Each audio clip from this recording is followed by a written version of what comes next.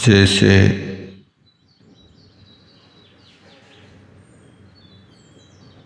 लोग लिखते हैं अहिंसा परमो धर्मा, इसी तरह सत्य के लिए भी लिखा जाता है सत्यमेव जयते। विजय सत्य की ही होती है। अब हमें उस पर कितना विश्वास है ये व्यक्ति के ऊपर है।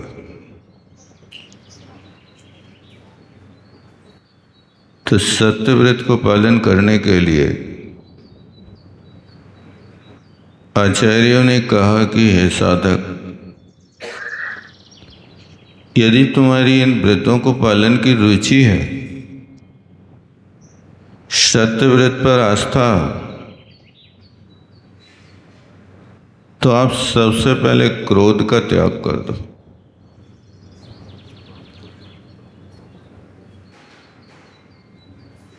क्योंकि क्रोध एक ऐसा विकारी भाव है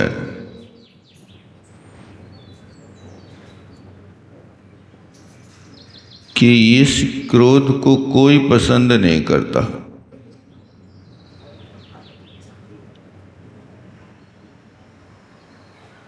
हर व्यक्ति को ये आचरण बुरा लगता, लेकिन हर व्यक्ति यही आचरण अपनाना चाहता है।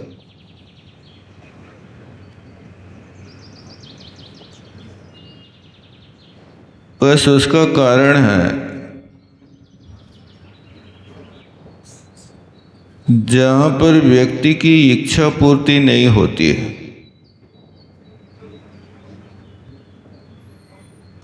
वहां क्रोध भड़क जाता है।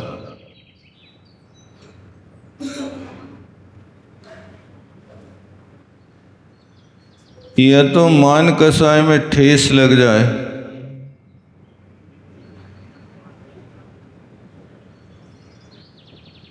तो क्रोध भड़क जाता है।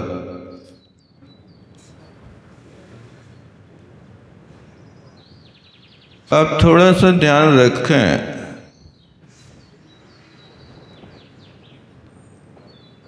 कि आपकी जो इच्छा दूसरों पर आदेश चलाने की हो रही है, अपना काम दूसरों से कराने का भाव हो रहा है, बस इसको थोड़ा सा बदल लो। अब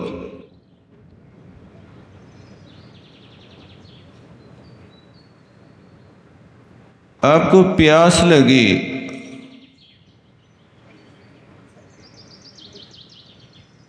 तो आप अपनी प्यास बुझाने के लिए घड़े के पास तक जाकर के स्वयं एक गिलास पानी नहीं भर सकते।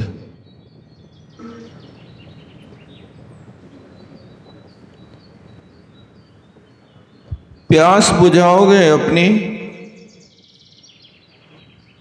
आदेश चलाओगे दूसरों पर।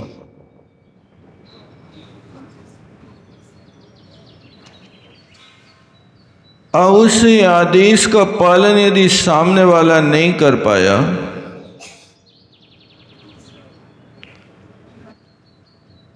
तो फिर आपके हृदय से विस्फोट होगा।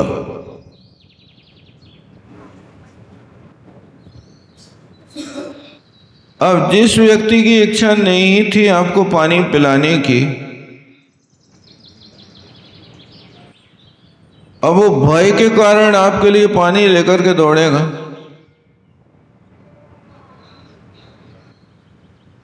लेकिन जो व्यक्ति भयभीत होता है ना, उस व्यक्ति की स्वामी भक्ति नहीं होती।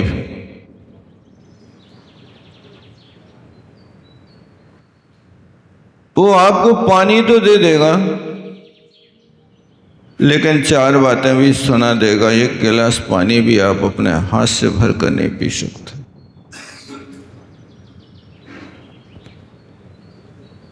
ये विसंगतियां होने के कारण आज हम बहुत दुखी हैं। हर व्यक्ति अपनी इच्छा पूर्ति करना चाहता है,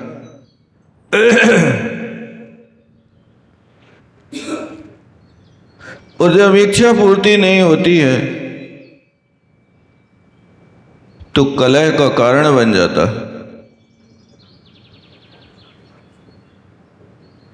ये मानव पर्याय तुम्हें कलह करने के लिए मिली है कि कल्याण करने के लिए मिली?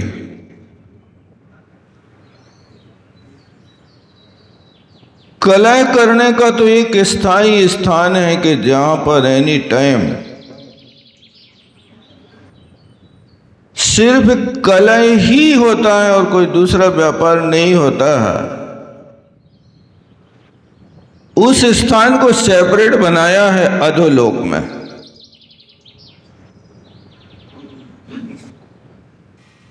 यदि वो झगड़ा ही पसंद है तो इस मध्यलोक से नीचे 6 राजू प्रमाण क्षेत्र में सिर्फ एक ही रणांगण का काम है जहां द्रव्य क्षेत्र काल भाव की अपेक्षा एक लड़ाई ही लड़ाई होती, कोई दूसरा काम होता ही नहीं। वहां कोई किसी को समझाने वाला नहीं है, उलझाने वाले तो बहुत रहते हैं।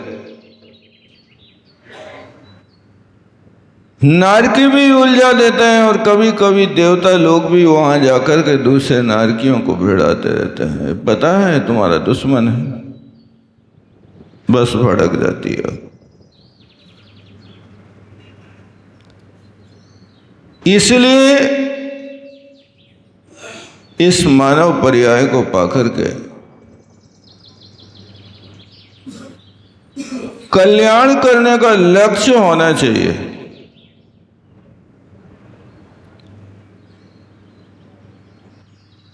जैसे गांव में बाजार लगता है, 7 दिन में 1 दिन बाजार लगता है।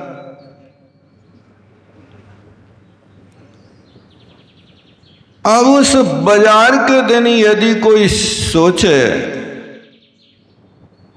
कि आज तो मैं अपनी थकान पूरी करूंगा, आज तो पूरे दिन सोऊंगा, कुछ भी नहीं करूंगा, कौन मना करता? आप सोइए ना, आप स्वतंत्र हैं। लेकिन जो 7 दिन में 1 दिन ऐसा दिन आता है कि जिस दिन 1 दिन यदि दुकान खोलो तुम्हारे 7 दिन का 17 महीना तक का गुजारा चल सकता है। लेकिन उसी में दुकान बंद करके यदि सो जाओगे तो कैसे गुजारा चलेगा?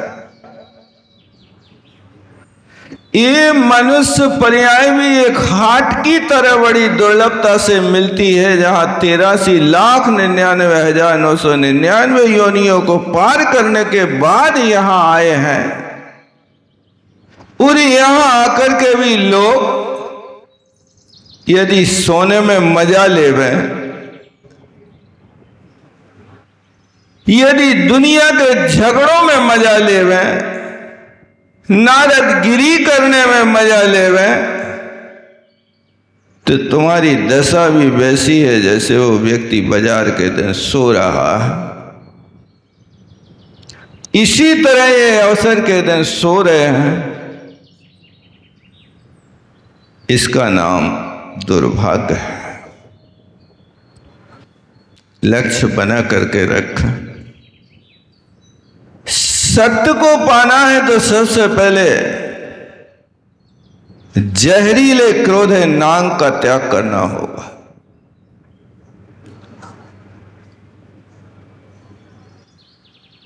और फिर उसके बाद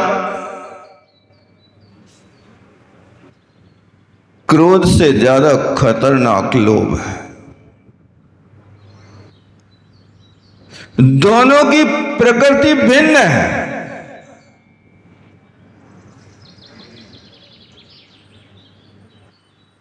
क्रोध एक फैन है,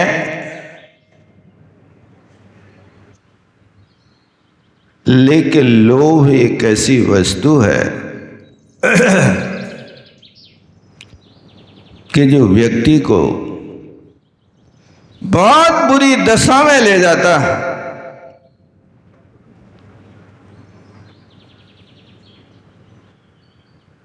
तो प्रयास ये भी करना है कि इस लोभ को भी थोड़ा कंट्रोल करें।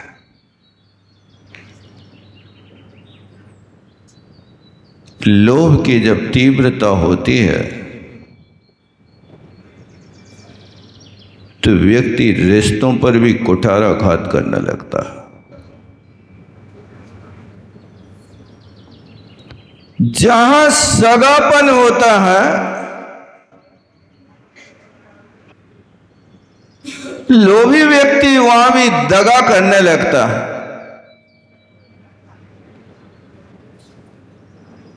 जितने भी लोग दगा करते हैं, माया करते हैं, उनमें लोभ की अहम भूमिका होती है।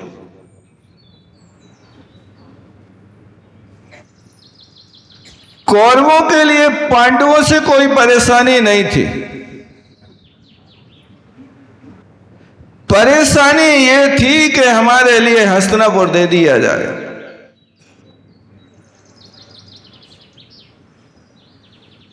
और हम 100 भाई हैं, ये 5 हैं, तो हमें 100 को हिस्सा बराबर मिलना चाहिए।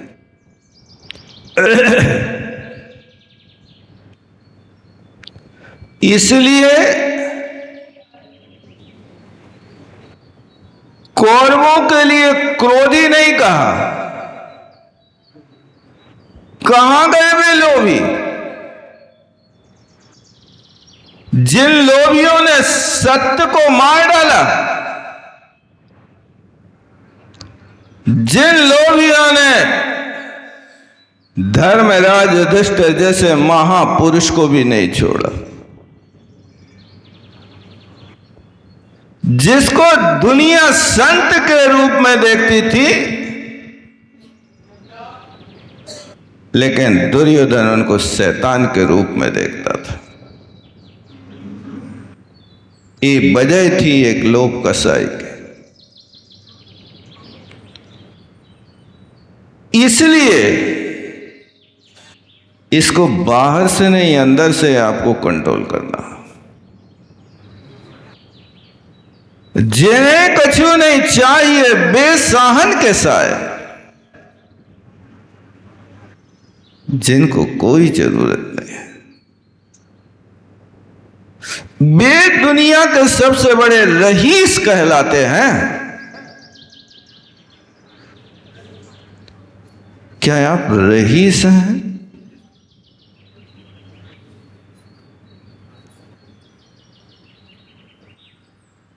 एक बार एक साधु वन में तपस्या कर रहे थे।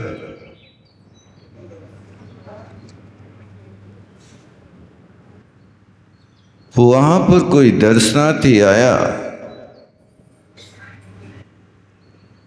और साधु के लिए चाराना पैसे चढ़ा दिए। अन्य संप्रदायों में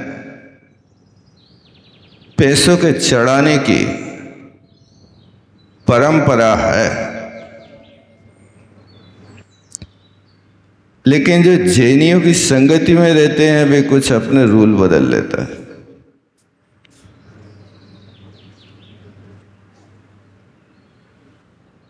वे कभी आपके मुट्ठी भर चावल को देख करके वे चावल भी चढ़ा देता है, लेकिन मुख्यतः उनके यहाँ पैसों की भेंट होती है।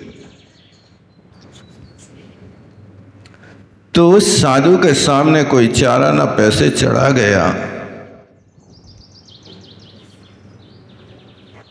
अब वहां से एक सम्राट किसी सम्राट को जीतने के लिए जा रहा था, उसके राज्य को हड़पने के लिए जा रहा था। जब उस सम्राट साधु के सामने से निकला तो साधु ने सोचा कि ये सबसे बड़ा दुनिया का गरीब व्यक्ति है, जो इस व्यक्ति ने चारा ना मेरे सामने चढ़ा है, इसकी झोली में डाल देना चाहिए। और जैसे ही राजा उसके सामने से निकला तो साधु ने वो चौनी फेंक करके राजा को देना चाहिए, लेकिन वो राजा के नाक पे लगे।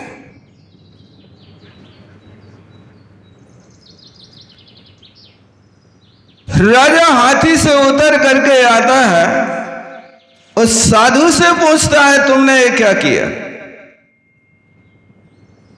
साधु ने उत्तर दिया कि मैंने समझा कि आपको पैसे की सबसे ज्यादा जरूरत है, इसलिए इस चढ़ोतरी को मैंने तुम्हारे लिए जरूरतमंद व्यक्ति समझ करके आपकी झोली में डाल दी।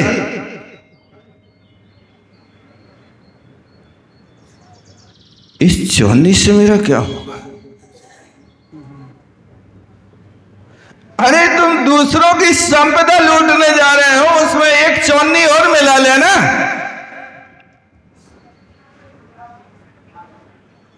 कहीं हो सकता है आपका लालच का गड्ढा भर जाए।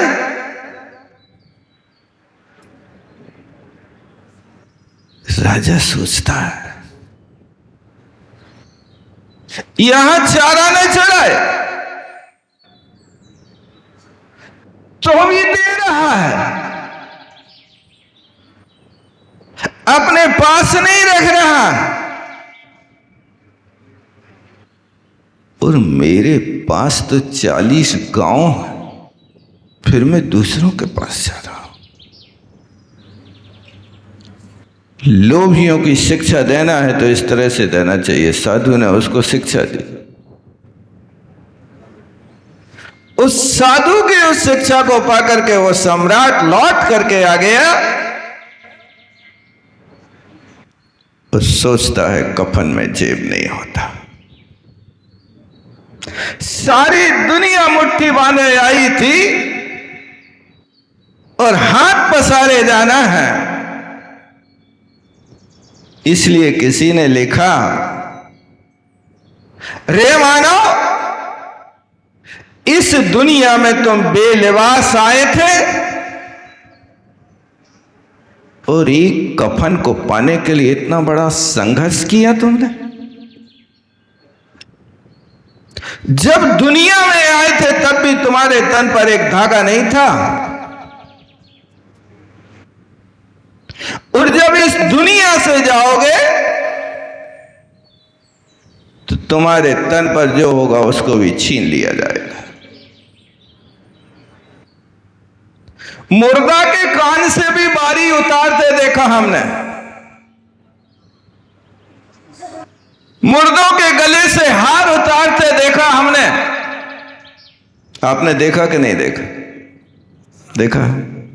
हम समझो उस जमाने की बात हो, अभी भी वही परंपरा है क्या?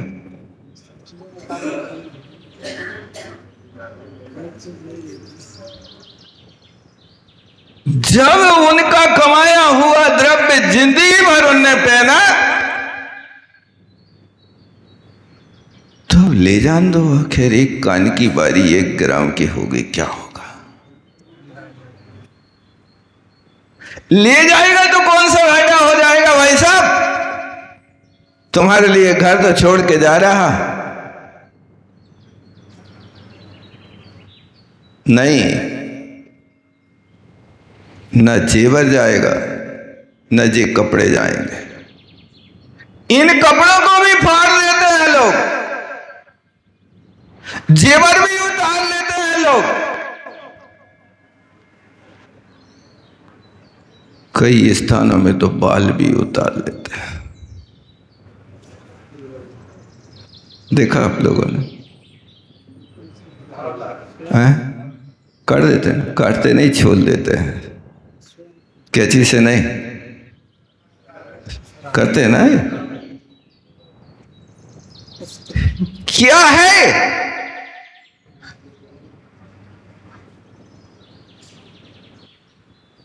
उस मुर्दा को शिक्षा दे जा रही कि बेटा अब तुम भूल करके इतने आइयो, नहीं तो ऐसे नंगे करके भगाए जाओ तुम्हें मुर्दा पे। फिर भी लोग समझते नहीं हैं। यानी दुनिया में बेलिबास आए थे और एक कफन के लिए इतना बड़ा संघर्ष, और वो भी कफन मरने वाले व्यक्ति ने आज तक नहीं खरीदा। कफन तो कोई और देता है। देता कि नहीं देता? हो तो कहो। आज तक कोई ने कफन खरीद के नहीं रखा अपने पास। तो कहने का मतलब है कि फिर इतना लोभ क्यों कर रहे हैं आप?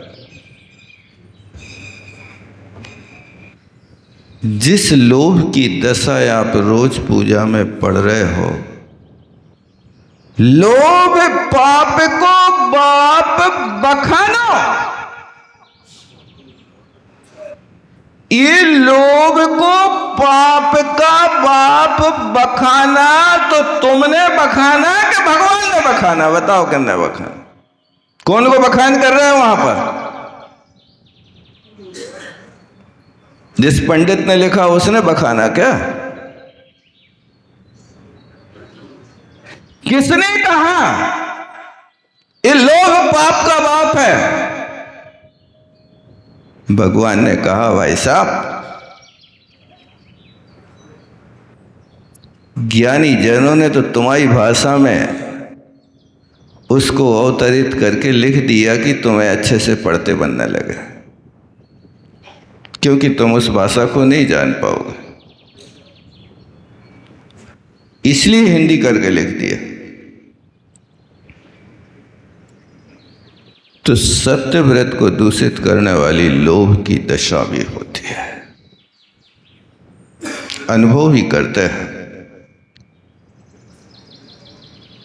अपना काम बनता, भाड़ में जाए जनता।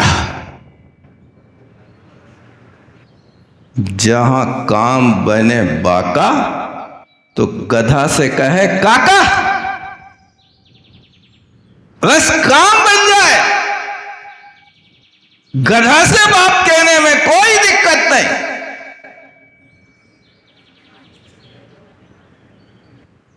कोशिश करो, सत्य का पालन करना है तो लोभ कसाय को भी कम करना होगा। ये दो भावनाएं कसाय से संबंध रखते हैं, क्रोध और लोभ। इसलिए उमा स्वामी महाराज ने लिखा, क्रोध प्रत्याख्यान एक वाक्य, लोभ प्रत्याख्यान। प्रत्याख्यान माने त्याग। त्याग करो तब सत्य आएगा। आप लोग अपने मुख से कहने लगते हैं हम बिल्कुल सत्य कह रहे हैं। जब सत्य कह रहे हैं तो सत्य को बतावे के लाने का जरूरत तुम्हें कहेगी कि हम सत्य कह रहे हैं। यदि तुम्हारी बात सत्य है तो तुम काहे हो थोप रहे? हमें तो स्वयं पता है कि तुम कितना सत्य बोल रहे। नहीं है पता, फिर भी कहता जाता नहीं बिल्कुल सत्य है, बिल्कुल सत्य है। कई लोगों के तकिया कलाम हो जाते हैं, ठीक है, हर कार्य में ठीक है। वहां से फोन आया, दुखद समाचार, दादाजी खत्म हो गए। अच्छा और तो सब ठीक है? अरे और क्या ठीक चाहता है भाई साहब? जब घर में मुर्दा पड़ा है, घर का ज्येष्ठ व्यक्ति चला गया है और पूछते जा रहा है वो तो सब ठीक है, वो तो सब ठीक है। अरे क्या ठीक जानना चाहते हो? तो इसके आगे और कोई ठीक हो सकता क्या?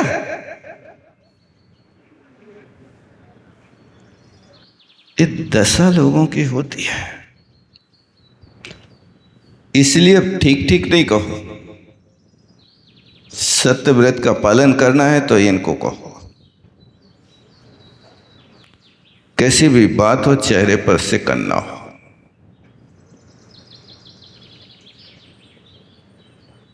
सामने वाला आपको यदि गाली भी दे देवे तो भी आपके चेहरे पर से करने आना चाहिए, तब सत्य पलेगा, निरतिचार बढ़ेगा। और गाली सुन मन खेदे आनो, तो क्रोध ने अपना अधिकार जमा लिया। और गाली सुन के यदि खेद न आनो तो क्षमा धर्म ने अपना अधिकार जमा लिया।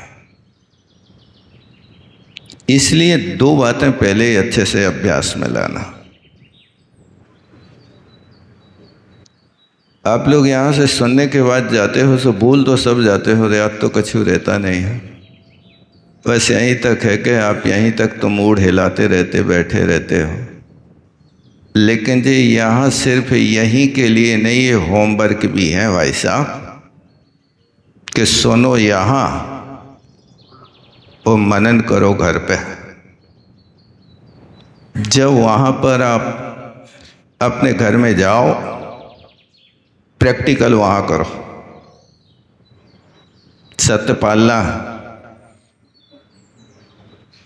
क्रोध नहीं करेंगे। सत्य पालना, लोभ नहीं करेंगे। भोजन करने बैठे तो लोभी व्यक्ति पहले कह देता थोड़ा और नमक रख दो, इतने से काम न हुई है, शरबत बनाना है। थोड़ी सी 2 कली अचार की और रख दो, हैं? नहीं है? ये मैं काय को लोभ? अरे यही तो लोभ की दशा है कि उतने नमक से गुजारा नहीं चला रहे। कटोरी रख दो,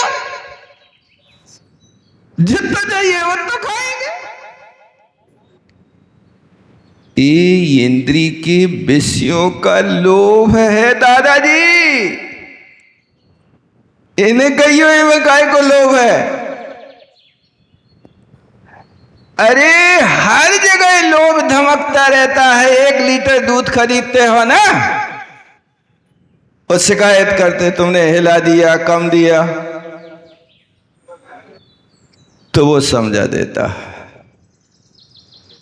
1 लीटर दूध दे नापने के बाद में भले ही वो खाली लीटर औंधा है, लेकिन तुम्हारे सामने तो उसको उल्टा करना चाहिए, क्योंकि तुम्हारी शिकायत पूरी नहीं होगी, तुमने हिला दिया। आज की बात नहीं, प्राचीन बात। 1 रुपया की धनिया पत्ती करे खरीदेगा तो भी मांगेगा थोड़ी और डाल दे यार।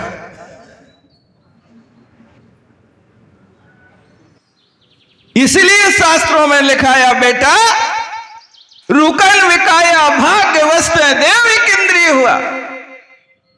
जिस देव के पास चक्रवर्ती से भी अनंत गुणी संपत्ति थी, वो देव मर करके यदि वनस्पति काय और धनिया की पत्ती बन गया, तो वो धनिया की पत्ती उस दुकान पे सब्जी वाले के यहां गया, 1 रुपया की मुट्ठी भर देने के बाद भी कहता थोड़ी और डाल दे। कौन सा अमीर हो जाएगा? 2 पेड़ और ज्यादा मिल जाएंगे तो। ये लोभ कसाय है दादाजी, इसमें कौन सा दोष? कौन सा दोष नहीं है। लोभ पाप को बाप है।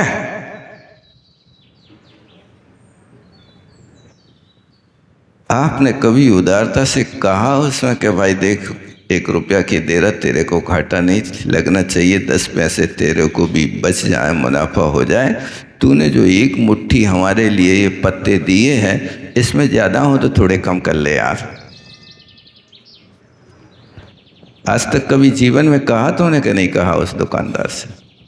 बेचारा धूप में बैठा है, बार बार पानी सींच रहा है तुम्हारी इंद्री को पूर्ति करने के लिए। तो कम से कम 1 रुपया तुम यदि कोई आदमी को देते हो घर से, भाई साहब जब बाज़ार से हमारे लिए 1 रुपया की धनिया ले आ और 1 रुपया तुम ले लेना, तो कोई आदमी 1 रुपया में बाज़ार तक जाएगा कि नहीं जाएगा? लेकिन तुम 1 रुपया मुट्ठी भर धनिया की पत्ती खरीदने के बाद 2 पेड़े और मांग रहे, 2-4 मिर्ची और मांग रहे। क्या है? सत्य बात है? सत्य धर्म है? लोभ कसाय का त्याग है? यही तो लोभ है भाई साहब, कि लोभ कसाय कहती है तुम कम देके ज्यादा लो, दूसरों से ज्यादा लेना, और अपन देवे तो क्या करते हो बता? पैसा ज्यादा लेना, वस्तु कम देना, घटिया क्वालिटी की देना। काली मिर्च में भी पपीता के बीज मिला के देना, ये कौन मिला रहा? इसमें भी दोष, ये भी तो लोभ है। सत्य नहीं पल रहा है, इसलिए तुम्हारी परीक्षा रणांगण में नहीं, जब भोजनशाला में बैठते हो तब होती है आपकी परीक्षा। 15 मिनट आधा घंटा के भोजन में तुम कितनी बार याचना कर लेते हो, कौन कौन सी चीज मांगते रहते हो, ये आप देख लेना। आज लिखते जाना कागज पे कि हमने क्या क्या मांगा था, याद रखना। लेकिन अब आगे लोभ कसाय का त्याग करना, सत्यव्रत का पालन करना, तो कोई भी चीज नहीं मांगना, जैसा आ जाए वैसा ही अपना पेट भर लेना। बहुत शांति का भोजन होगा, आनंद होगा तुम्हारे लिए। नहीं तो घर में झगड़े इसीलिए होते भाई साहब, क्या सबसे मूल कारण घर में झगड़े का यही रहता है, भोजनशाला को लेकर के। बाकी तो झगड़े होने की कोई सवाल ही नहीं। तीसरी बात कह रहे हैं तो अच्छे से याद हो गए ना।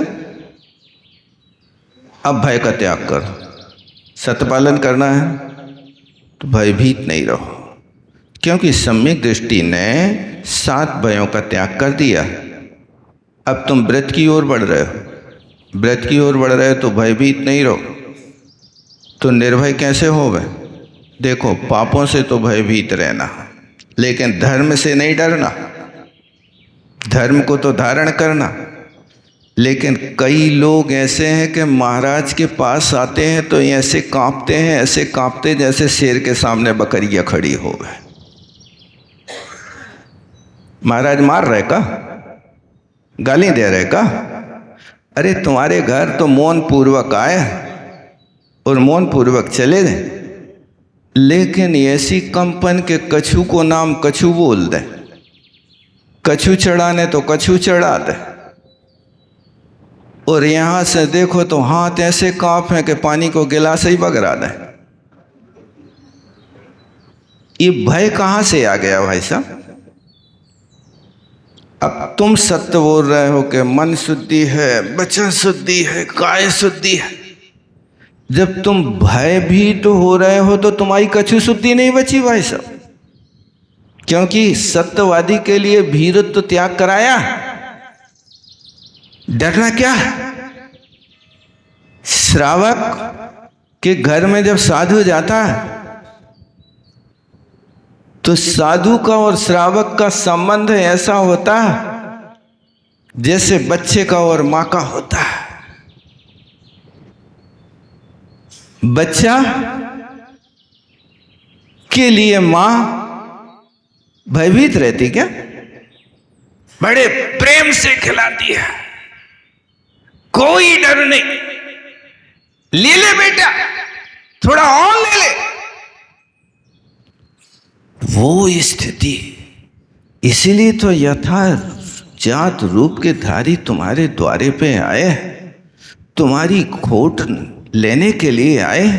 तुम काहे कांप रहे भैया? महाराज को अंतराय नहीं आ जाए, कछु गलती न हो जाए। अरे एक बार गलती हो जाए तो दोबारा के लाने सुधर दे, ये नहीं सोचते आगे गलती नहीं करेंगे हैं? एक बार भी काय को हो तो सीखो कैसे रद्दा? सीखने के लिए तो एक बार होना आवश्यक है, या तो फिर पहले से अच्छे से पढ़ के आ जाओ कि श्रावक धर्म क्या है। और यदि नहीं पढ़ा तो भाई साहब अनार को वाबी हाथ पकड़ के लिखवाओ जात। तुम लोगों ने नहीं लिखा? वे शिक्षा देने वाले होते हैं ना, वे वर्णमाला को कहते हैं ऐसा लिखो। गणेश को गा लिखना है, लिख के बता रहा है। एक सीधा डंडा, एक आड़ा डंडा, फिर एक खड़ा डंडा, फिर उसके बाद जो खड़ा डंडा किया, पहले डंडे पे सबसे नीचे चूलो बना दो। अच्छा, अब वो लड़का पूछे, पंडित जी ये पहली लाइन में काहे हो चूलो बनाने, हम दूसरे में बनावे तो गणेश बने कि नहीं बने बताओ? और नीचे बनाने की अपेक्षा ऊपर बना देवे तो? क्योंकि पैरों में बिछिया पहने जात तो कानों में भी तो बारी पहनी जात ना, इसलिए यदि पहना देवे तो कब बुराई तुम्हें? ठीक रहेगा क्या? टीचर कहता बेटा अभी ऐसा सीख लो तुम, जब तुम आगे बढ़ जाओगे ना तो फिर हम बता देंगे कि यदि तुम दूसरे में लगाओगे तो क्या बन जाएगा, और ऊपर लगाओगे तो क्या बन जाएगा, नीचे लगाओगे तो क्या बन जाएगा। ये सब थोड़ा सा अभी तो बस जितना बता रहे हो उतना सीख लो। और आगे चल कर के जब वो सीख जाता है, वर्णमाला ऐसी लिखी जाती है, अब वो ऊपर के पहले डंडा में यदि ऊपर चूलो बना देवे तो अब समझ में आएगा कि गणेश नहीं बनेगा, अब तो क्यों बनेगा। ऐसे ही होगा ना, अब वो प्रश्न नहीं करेगा।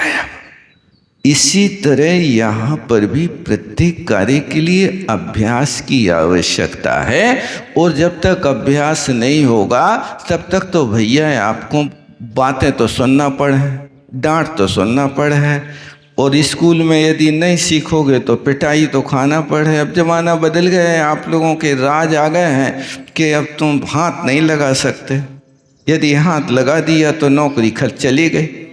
लेकिन कोई ज़माना था कि गिनती का कोई भी चीज़ पढ़ते थे तो पंडित जी मारे धाम धाम विद्या आवे छम छम, सुबह पिटवी के लाने तैयार रहते थे, पीठ मजबूत करके जाते थे कि हमें तो विद्यावान बनना है।